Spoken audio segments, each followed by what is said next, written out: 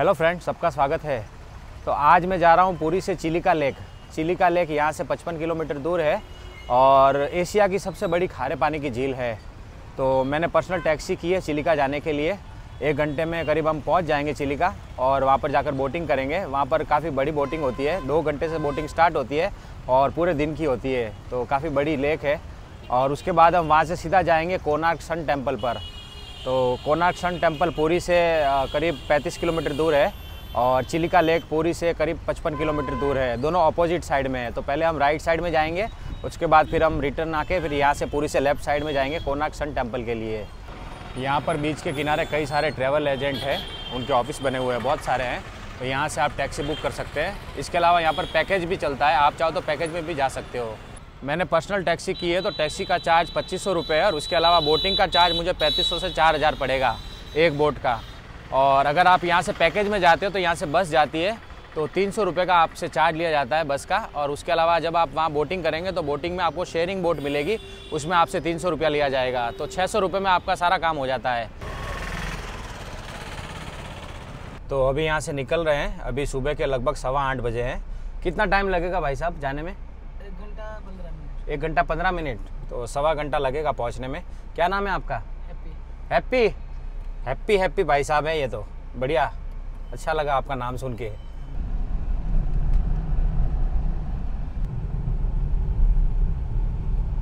तो ये marine drive है, साथ में हमारे पूरा समुद्र है रोड के एकदम बगल में।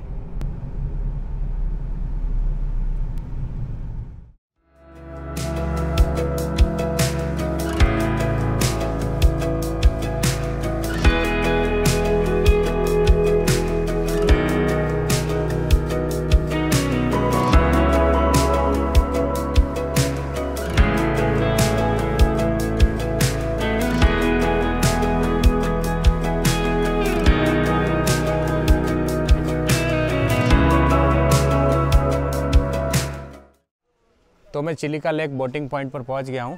यहां पर ये बोटिंग का बुकिंग ऑफिस बना हुआ है और ये गवर्नमेंट का है। तो अंदर चलकर पता करते हैं क्या पैकेज है बोटिंग का। तो ये ऑफिस है, बुकिंग सेंटर, टिकट विंडो बनी हुई है यहाँ पर। तो गवर्नमेंट ऑफ उड़ीसा का है ये और यहाँ पर 2 पैकेज चलते हैं अलग अलग। एक जो है वो डॉल्फिन और रेड क्रैब का है जो कि 4550 का है, 3 घंटे की बोटिंग होती है। और दूसरा जो पैकेज है वो है डॉल्फिन, रेड क्रैब और साथ में सी बीच आइलैंड है जो कि 5050 का है और 4 घंटे की बोटिंग होती है। तो मैंने यहाँ पर फुल पैकेज लिया है जो कि 5050 का है और 4 घंटे हम बोटिंग करेंगे। तो अभी लगभग सुबह के 9:30 बज रहे हैं, तो करीब 2 से 2:30 बज जाएंगे हमें यहाँ बोटिंग करते करते। ये जो झील है इसे चिल्का झील कहा जाता है, इंग्लिश में और हिंदी में चिल्का कहते हैं और यहाँ की जो लोकल भाषा है ओडिया भाषा, उसमें इसे चिलिका कहा जाता है। बुकिंग ऑफिस के पास में यहाँ पर कई सारे स्टॉल बने हुए, दुकान बनी हुई है। तो क्योंकि 4 घंटे का बोटिंग है तो साथ में हमें कुछ खाने पीने का सामान लेकर जाना चाहिए, पानी की बोतल भी लेकर जानी चाहिए। तो यहाँ से कुछ ले लेते हैं खाने पीने का। ये किसको देने का है? पक्षी के लिए। अच्छा, ये पक्षी के लिए है और ये मछली के लिए। तो खाने पीने के लिए कुछ सामान लिया है मैंने यहाँ से। बाकी यहाँ पर ये हैट भी मिलती है और इसका 20 रुपये रहता है रेंट, तो आप रेंट पर लेकर जा सकते हो अंदर।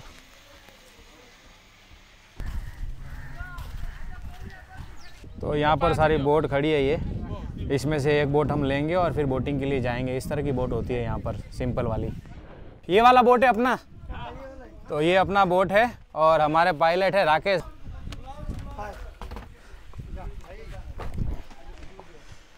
वो 20 रुपया देवे। हाँ, वो 20 रुपया देवे। 1 मिनट, 20 रुपया। ये लो जी, धन्यवाद। तो इनको मैंने 20 रुपये दिए हैं, इन्होंने मुझे बोट में बिठाया है टेबल लगा के। देना भी चाहिए, जब इतना खर्चा कर रहे हैं तो 10-20 रुपया नहीं देखना चाहिए।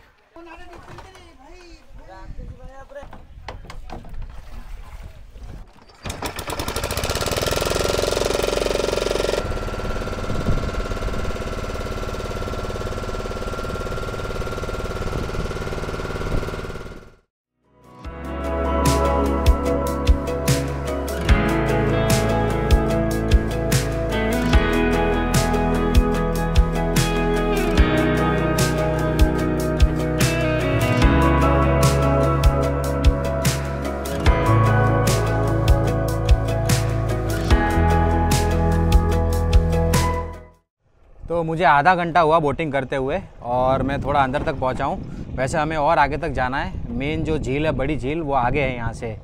और यहाँ पर जहाज़ भी है, देखो आप।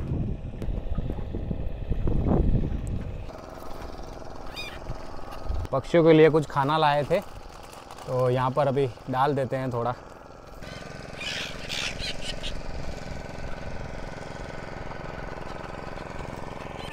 तो कई सारे साइबेरियन पक्षी आ गए हैं यहाँ पर जब मैंने इनको खाना डाला पानी में।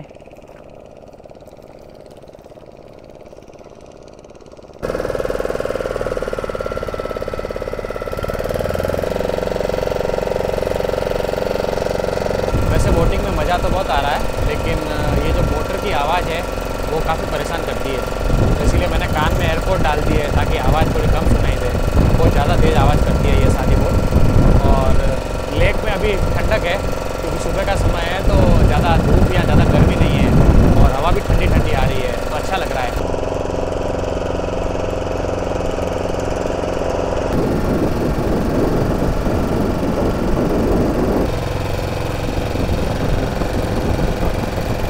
ये डॉल्फिन व्यू पॉइंट है, इसलिए यहाँ पर कई सारी बोट खड़ी है। इस जगह पर डॉल्फिन दिखती है।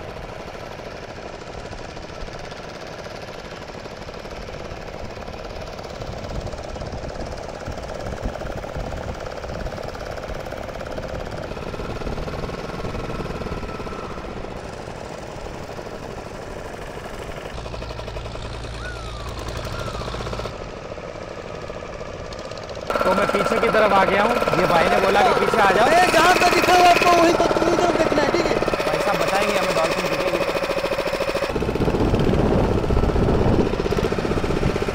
बहुत कोशिश कर रहे हैं डॉल्फिन देखने की, अभी सफलता आज नहीं लगी है। देखो हाँ उधर ठीक है। हमको तो नहीं दिखता है इसमें। तुम ये करता तब तक तो चला जाता है। वो रहा उधर, हाँ वो रहा उधर, वो रहा आगे, 2-3 है। तो यहाँ पर डॉल्फिन दिखा था मुझे दूर से। मैंने आपको बताया था कि चिल्का झील, जिसे चिलिका झील भी कहा जाता है, खारे पानी की एशिया की सबसे बड़ी झील है। लेकिन यह अर्ध खारे पानी की झील भी कही जाती है। इसका जो पानी है वो कभी मीठा होता है और कभी खारा होता है।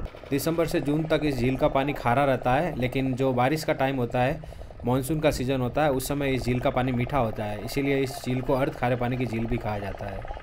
चिल्का झील की लंबाई 70 किलोमीटर है और चौड़ाई 30 किलोमीटर है, तो काफ़ी बड़ी यह झील है। और यह दया नदी के मुहाने पर ओडिशा के 3 डिस्ट्रिक्ट को टच करती है, जिसमें पूरी, खुर्दा और गंजम जिले आते हैं। और इसका जो पानी है वो बंगाल की खाड़ी में मिलता है। चिल्का झील के किनारे पर करीब 132 गाँव है और इन गाँवों में रहने वाले करीब 1.5 लाख मछुआरे यहाँ पर मछली पकड़ते हैं, फिशिंग करते हैं। बोट में पानी भर जाता है तो उसे खाली करना पड़ता है। भाई साहब खाली कर रहे हैं पानी। और डॉल्फिन तो मुझे नज़दीक से दिखी नहीं, दूर से एक झलक दिखी थी खाली। तो अभी यहाँ से आगे बढ़ रहे हैं। रेड क्रैब देखने जा रहे हैं हम, लाल केकड़े।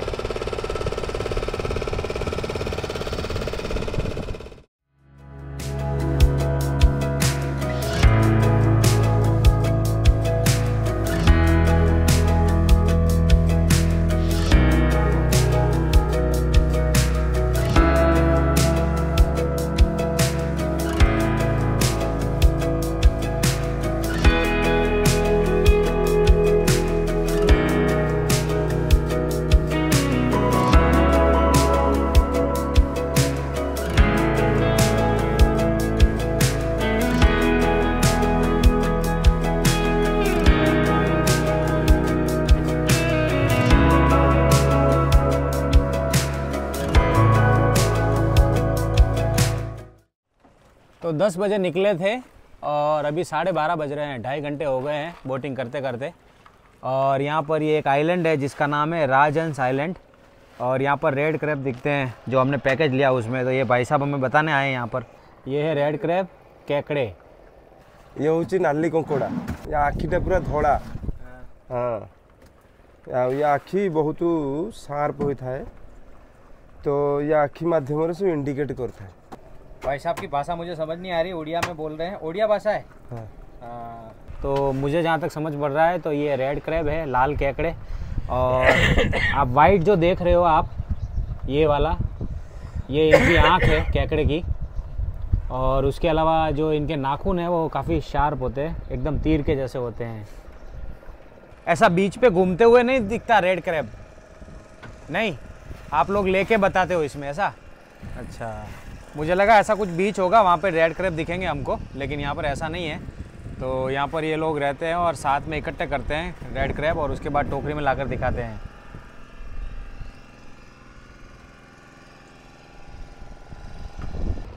तो जो रेड क्रैब पॉइंट था उसके पास में यहाँ पर ये आइलैंड है, यहीं पर ये हमें थोड़ी देर के लिए नीचे उतारते हैं, उसके बाद फिर हम वापस रिटर्न हो जाते हैं। तो आइलैंड पर चलते हैं एक बार।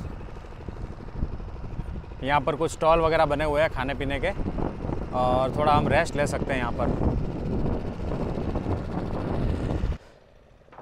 तो पूरे 3 घंटे का सफ़र करके मैं अभी पानी से ज़मीन पर आया हूँ। तो आइलैंड पर कई सारी झोपड़ियाँ हैं और नारियल पानी वगैरह मिल जाता है, नाश्ता मिल जाता है, टॉयलेट बना हुआ है। सेल करते हैं क्या? अच्छा, दिखाने के लिए? खाने के लिए ऑर्डर देते हैं ना। अच्छा, ये सब खाने के लिए। तो यहाँ पर ये सारी मछलियाँ हैं, झींगा, केकड़ा वगैरह, यहाँ पर ये खाते हैं सर। तो हमारे काम की चीज़ नहीं है ये।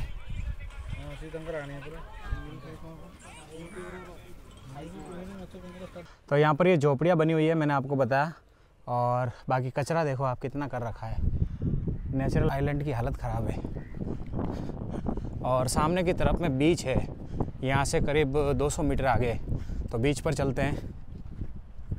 कचरा बहुत ज़्यादा है यहाँ पर, देखो आप, सारे ये प्लास्टिक के रैपर्स वगैरह पड़े हैं, और इसके अलावा कुछ लिकर की बोतलें पड़ी है।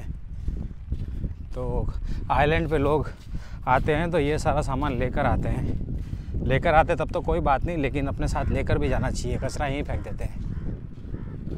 तो ये है एकदम बढ़िया सा समुद्र, देखो आप, और बहुत ही बढ़िया शांति, यहाँ पर कोई नहीं है अभी।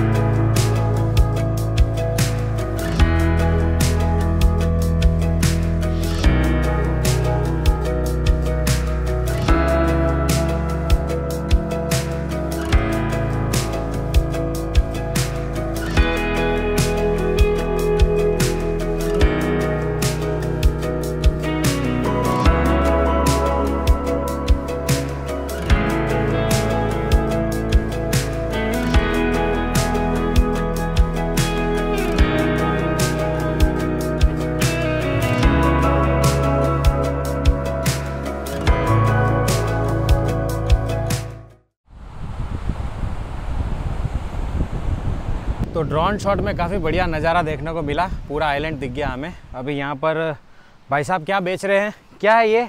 ककड़ी? ककड़ी खिला दीजिए, खीरा खिला दीजिए। खीरा खाते हैं यहाँ पर और फिर आगे बढ़ेंगे यहाँ से। कितने का देते हो ककड़ी? 50। हाँ, 50 रुपीज़। बोट का जो जनरेटर होता है, मोटर होती है पुरानी वाली, काफ़ी तेज़ आवाज़ करती है, हालत ख़राब हो जाती है। वो तो अच्छा है मेरे पास एयरपोर्ट था तो मैंने कान में लगा लिया था, तो थोड़ी आवाज़ कम हो गई थी। बाकी ये लोग जो बोट चलाते हैं तो बिल्कुल उसके पास में खड़े रहते हैं उसको पकड़ के। बड़ी मेहनत लगती है यार, 4 घंटे धूप में खड़े रहते हो। ये एक 50 रुपये का है? अच्छा, बहुत महंगा है यार 50 रुपये का। तो भाई साहब बता रहे हैं कि यहाँ पर ये खीरा लाने का खर्चा लगता है, इसलिए महंगा देते हैं। कोई बात नहीं। मसाला लगाया अंदर?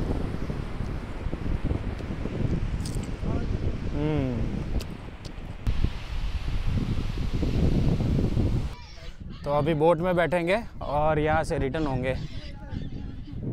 तो यहाँ पर 2 पैकेज है, मैंने आपको बताया था। तो उसमें से मैंने बड़ा वाला पैकेज लिया था, 3 पॉइंट वाला, 5000 का, 5050 का था। लेकिन यहाँ पर बार्गेनिंग होती है, आप चाहो तो बार्गेनिंग कर सकते हो। तो ये जो पैकेज है वो मुझे 4000 में पड़ा है। तो 5050 का पैकेज 4000 में मिल गया मुझे। तो आप भी अगर यहाँ पर आओ तो ये देख लेना ज़रा। ये आपका जो बोट है भैया, इसमें ही आवाज़ ज़्यादा आता है कि सब बोट में आवाज़ आता है? सब में ऐसी आवाज़ आता है? अच्छा, जो साइलेंट वाली मोटर होती है उसका ज़्यादा पैसा लगता है। तो यहाँ पर इनके पास इतना पैसा होता नहीं है, तो इसलिए ये देसी इंजन लगाते हैं जिसकी काफ़ी तेज़ आवाज़ होती है। लेकिन ठीक है, एक्सपीरियंस अच्छा है। बस अगर आपको शोर शराबा पसंद नहीं है तो आप इसको बोटिंग को अवॉइड कर सकते हो, क्योंकि 4 घंटे तक आपको ये मोटर बोट का शोर सुनने को मिलेगा, जनरेटर का।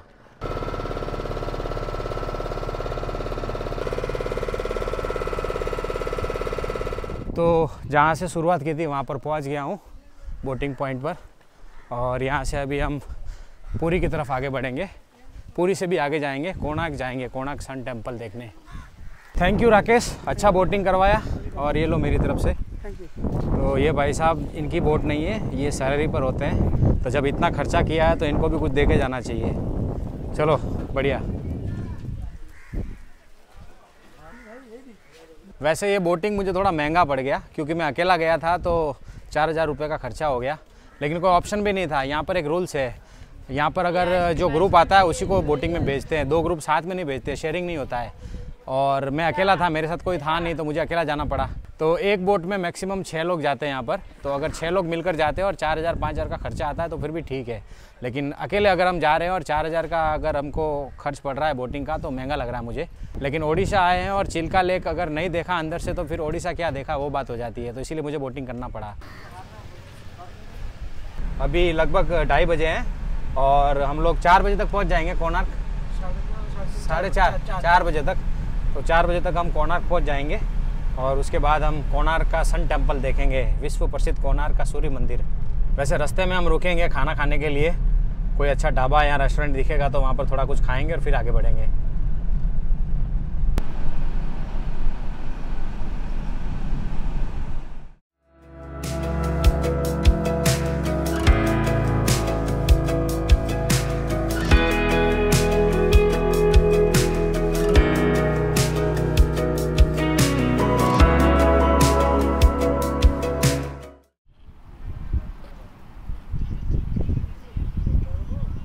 अभी मैं पुरी से करीब 25 किलोमीटर आगे आया हूँ और कोणार्क यहाँ से 10 किलोमीटर आगे है। मैंने आपको बताया था कि पहले कुछ खाएंगे उसके बाद आगे बढ़ेंगे, लेकिन यहाँ पर स्पेशली अगर वेज रेस्टोरेंट ढूंढने जाओ तो मिलता ही नहीं है। सारे जो रेस्टोरेंट है वो नॉन वेज और वेज मिक्स मिलते हैं। तो इंतज़ार करते करते लगभग कोणार्क तक पहुँच गए हैं। तो यहाँ पर अभी मैं चाय पी रहा हूँ क्योंकि थोड़ा सर दर्द कर रहा है, तो चाय पियेंगे, उसके बाद कोणार्क पहुँचेंगे और कोणार्क में फिर वहाँ पर कुछ वेज रेस्टोरेंट ढूंढेंगे और वहाँ पर खाना खाएंगे और उसके बाद सन टेम्पल देखेंगे। यहाँ पर ये बहुत ही सुंदर जगह है, देखो आप, ये सारी बोट खड़ी है और यहाँ पर काफ़ी सारा पानी है और उस तरफ में आगे समुद्र है, बीच है। तो उस तरफ में रामचंडी बीच है और ये रिवर है जिसका नाम कुशभद्रा है, और आगे जाके ये रिवर समुद्र में मिल जाती है यहाँ पर। तो काफ़ी अच्छा डेवलप किया है, देखो आप, काफ़ी लंबा ये वॉकवे बनाया हुआ आगे तक। तो जगह अच्छी है वैसे। ये बढ़िया सा झोपड़ा बना हुआ है जिसमें सारे बोट वाले रेस्ट कर रहे हैं और नीचे सारी बोट खड़ी है, मैंने आपको बताई। 4:30 बज गए लगभग और खाना बाकी है, लंच नहीं किया मैंने। सुबह ब्रेकफास्ट में खाली चाय के साथ में ब्रेड टोस्ट लिया था, उसके बाद एक कुकुम्बर खाया था, बाकी कुछ नहीं खाया है। हाँ अच्छा, ये सॉल्टी है।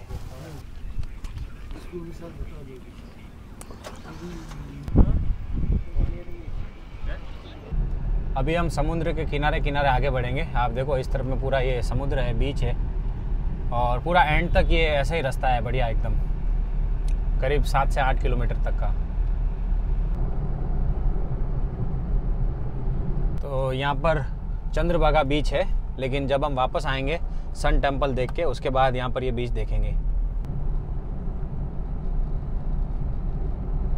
एकदम बढ़िया रोड है। तो मैं पहुंच गया हूं एंट्री गेट पर, ये कोणार्क सन टेम्पल का एंट्री गेट है। लेकिन पहले कुछ खा लेते हैं। सामने मारवाड़ी होटल है जो कि शुद्ध शाकाहारी है, लिखा हुआ है। काफ़ी देर बाद प्योर वेजिटेरियन रेस्टोरेंट मिला है। तो मैंने यहाँ पर वेज थाली मंगवाई है, 150 की ये वेज थाली है, 150 रुपये की। तो चावल है, रोटी है साथ में, बाकी सब्जी है, दाल है, अचार, पापड़, सलाद वगैरह है। रोटी खाएंगे सबसे पहले। यहाँ पर चावल बहुत मिलता है, कल रात को मैंने चावल ही खाया था, रोटी मिली नहीं थी मुझे।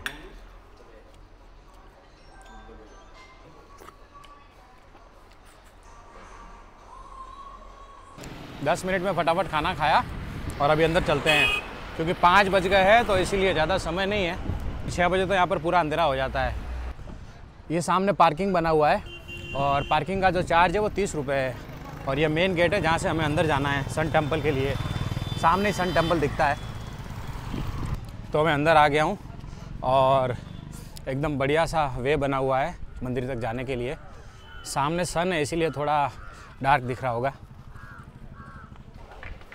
तो यहाँ पर ये आर्क क्षेत्र बना हुआ है, यहाँ पर सन टेम्पल की हिस्ट्री बताई जाती है। तो ये दूसरा गेट है और यहाँ से मेन सन टेम्पल की एंट्री है और बाकी इस तरफ में ये पूरा मार्केट लगता है, पूरा बाज़ार लगता है। तो सामने सन टेम्पल है और इस तरफ में टिकट काउंटर है। तो काफ़ी लंबी लाइन है टिकट काउंटर पर। शाम को यहाँ पर लाइट एंड साउंड शो होता है जिसका टाइमिंग 7:30 से 8:10 का है और 120 सीट होती है उसमें। यहाँ पर टिकट का प्राइस लिखा है, 40 रुपीज़ का टिकट है इंडियन के लिए और इसके अलावा 600 रुपये का टिकट है फॉरेनर के लिए। और 15 साल से छोटे बच्चे हैं तो टिकट नहीं है, फ्री है एंट्री है। लाइन और लंबी हो गई है, देखो आप, काफ़ी समय लग गया मुझे टिकट लेने में, करीब 20 मिनट मेरे यहाँ पर बिगड़ गए। मैंने ऑनलाइन ट्राई किया लेकिन ऑनलाइन टिकट बना नहीं। तो जल्दी से चलते हैं, आधे घंटे का समय है हमारे पास क्योंकि यहाँ पर अभी फरवरी अंत है, मैंने आपको बताया था पिछले वीडियो में, तो जल्दी अंधेरा होता है। तो यहाँ पर टिकट चेक होगा, उसके बाद हम अंदर जाएंगे। तो फाइनली हम पहुँच गए हैं सन टेम्पल के सामने। यहाँ पर सन टेम्पल का मैप है और यहाँ पर इसके बारे में पूरी जानकारी लिखी हुई है। यहाँ पर ये 2 शेर है टेंपल में एंट्री के टाइम पर।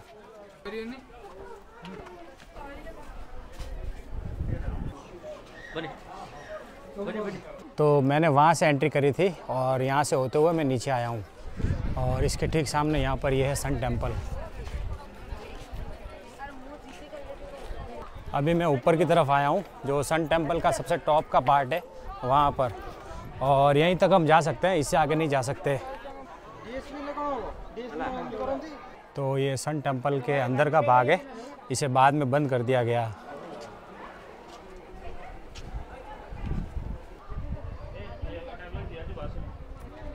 कोणार्क के सूर्य मंदिर का निर्माण 13वीं शताब्दी में गंग वंश के जो राजा थे नरसिंह देव प्रथम, उन्होंने किया था 1250 में, और सन 1984 में इसे यूनेस्को वर्ल्ड हेरिटेज साइट घोषित किया गया। सूर्य मंदिर रथ के आकार में बना हुआ है और इसमें 12 जोड़ी पहिए हैं और 7 घोड़े हैं जो कि रथ को खींचते हुए दिखाई देते हैं। रथ के जो 12 पहिए हैं, जो 12 चक्र हैं, वो 12 महीनों को दर्शाते हैं और प्रत्येक चक्र 8 अरों से मिलकर बना हुआ है जो कि दिन के 8 पहर को दर्शाते हैं। और इस मंदिर में जो 7 घोड़े हैं वो 7 दिनों के प्रतीक है, लेकिन अभी फ़िलहाल एक ही घोड़ा देखने को मिलता है, बाकी सभी टूट गए हैं।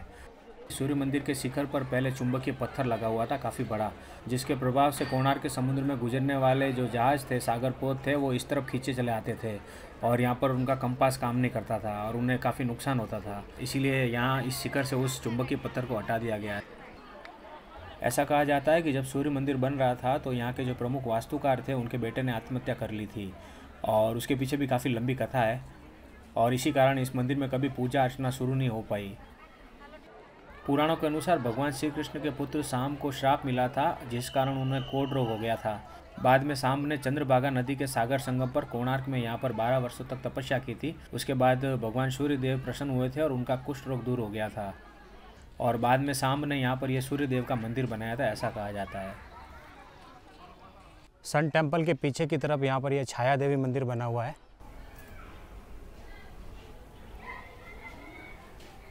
तो ये पहले मंदिर का गर्भगृह था, लेकिन अभी यहाँ पर कुछ नहीं है, ऊपर से पूरा खुला है ये, और यहाँ पर मंदिर हुआ करता था छाया देवी का।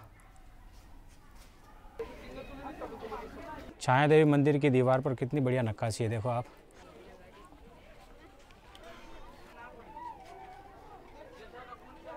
सन टेम्पल के बैक साइड में पीछे की तरफ यहाँ पर बीच में सूर्य भगवान की मूर्ति है, जिसे मध्याह्न कहते हैं। तो यहाँ पर 3 मूर्तियाँ हैं सूर्य भगवान की। उस तरफ में जो है वो उदया है, ये मध्याह्न है, और उस तरफ अस्त वाली है। सन टेम्पल के लेफ्ट साइड में यहाँ पर ये मूर्ति है सूर्य भगवान की, और ये अस्त वाली मूर्ति कही जाती है। तो ये जो आप देख रहे हो ये लो बीम है, जो सन टेम्पल जब बन रहा था उस समय में ये यूज़ किया गया था, जो यहाँ पर रखा हुआ है डिस्प्ले में। देखने में ऐसा लगता पत्थर है, लेकिन लोहा है ये।